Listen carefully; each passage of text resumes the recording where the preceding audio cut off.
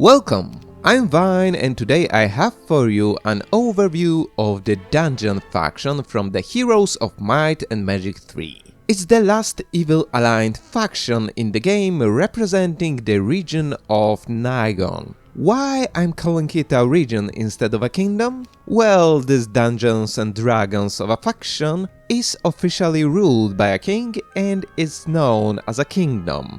But the socio-political reality resembles more late anarcho-capitalism with mana instead of money. There are no laws for the powerful. If a warlock wants to kill an innocent bystander, he just does it. If an overlord wants to take something, he just takes it. And a king can do little about it, as he or she can be replaced at any moment by another, more powerful man, woman, or dragon woman. In a certain sense, this way of governance is more barbaric than that of actual barbarians in the game, yet due to magical and economical development, it is more civilized at the same time. Speaking of magic, warlocks of Nigon are the main rivals of wizards from Bracada, also pursuing heights of magic, but doing it for power instead of simple knowledge pursuit, which is extremely funny if we consider actual tactics of the dungeon faction in practice.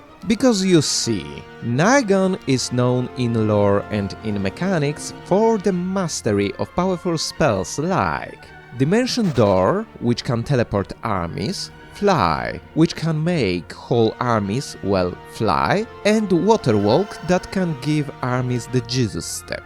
With this arsenal, to get a strategic advantage over its enemies and quickly get from their island to the mainland, a faction of evil warlocks uses none of these spells and just goes through underground caves. And it's not like the tunnels between the mainland and the Nigon were there. Sure, the complex cave system on the island and the vast dwarven mines under Antagarich actually were there, but the tunnels connecting them were specifically dug out by warlocks to have a reliable way of riding mainlanders, thus creating a weird case where in a magic arms race, warlocks won by using literal shovels. Fun fact, we can even visit part of those tunnels in the Might and Magic 7 and witness vast mining damage in Barrow Downs, as when the Nigon breached through to the dwarven mines, the surface there just collapsed down. Now, as for overall mechanics, the dungeon is a versatile and powerful town. It has 3 flying units, quite ironic for a subterranean faction, and has 2 very useful special buildings. Artifact merchants that allows the purchase of artifacts, which is a completely broken option in this game, and a portal of summoning that allows us to recruit extra creatures from a random external flagged dwelling, in essence giving the player additional unit growth. The minus is that both faction shooters are mid and the whole town is quite expensive to build up. Thankfully not much as tower, so it's a very recommended choice even for casual players. Next, moving to the units.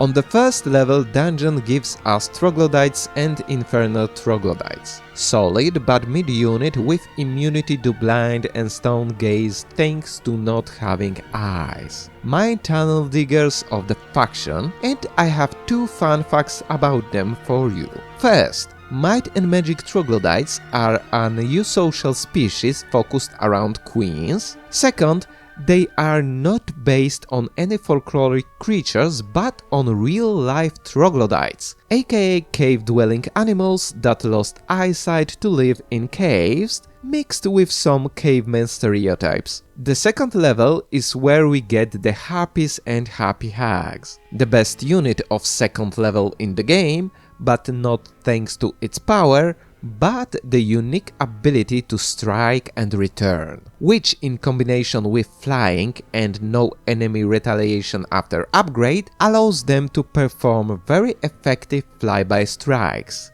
Funny enough, they are surface dwellers and don't actually live underground. Their presence in caves is fully due to overlords forcing them into service.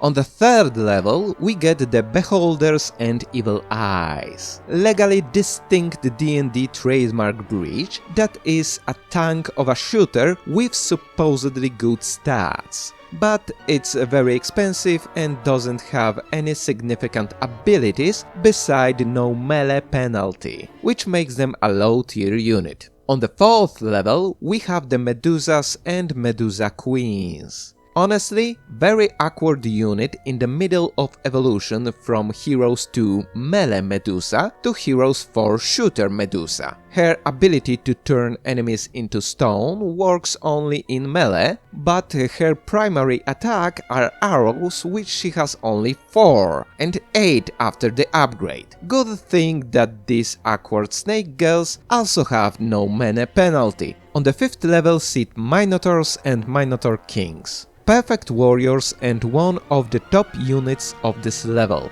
They have a unique ability of having minimum morale of +1 and are extremely cheap for what they offer. Alongside Harpies and Medusas, they are third monster from Greek mythology in this castle, making the dungeon an official Greek town.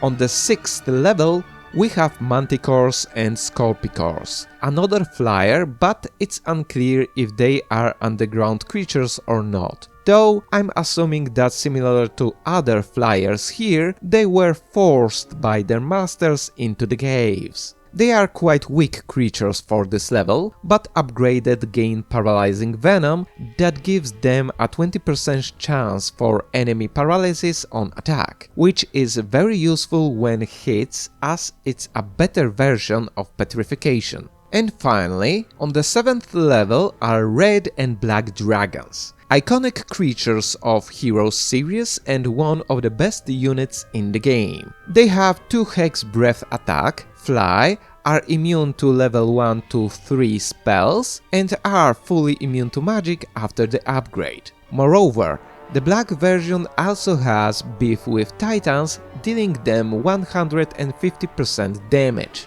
Again, they are not underground dwellers. While true that they have their lairs in caves and mines, they mostly live in the overworld like other dragons. Their racial conflict with Titans is also due to surface territorial disputes, since their main breeding grounds are in the mountains of the Land of Giants. Though, unlike Harpies, red and black dragons weren't forced underground, but simply acknowledged the advantages of Dungeons war strategy.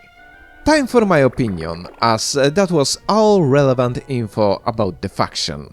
I like playing it since it has dragons and magic, but units are not tanky enough for my taste and there are no trees. Also, I have a Minotaur PTSD from the Might and Magic RPG series. If you know, you know, if you don't know, you don't wanna know. Moreover, I like the fact that from a lore standpoint, they are a cartoony evil wizards faction with Mole Syndrome filling yet another villain niche in the franchise. Not as punching bags like Kriegans, not as drama queens like necromancers, but as warlocks with shovels. Although at the same time, I think that the faction design is all over the place, with only one true underground dweller unit there being troglodytes, while the rest has barely anything to do with caves. So my overall dungeon impression is quite mixed in the end. Anyway, what's your opinion about this faction? Write it in the comments, remember to visit channel's Discord, and see you later!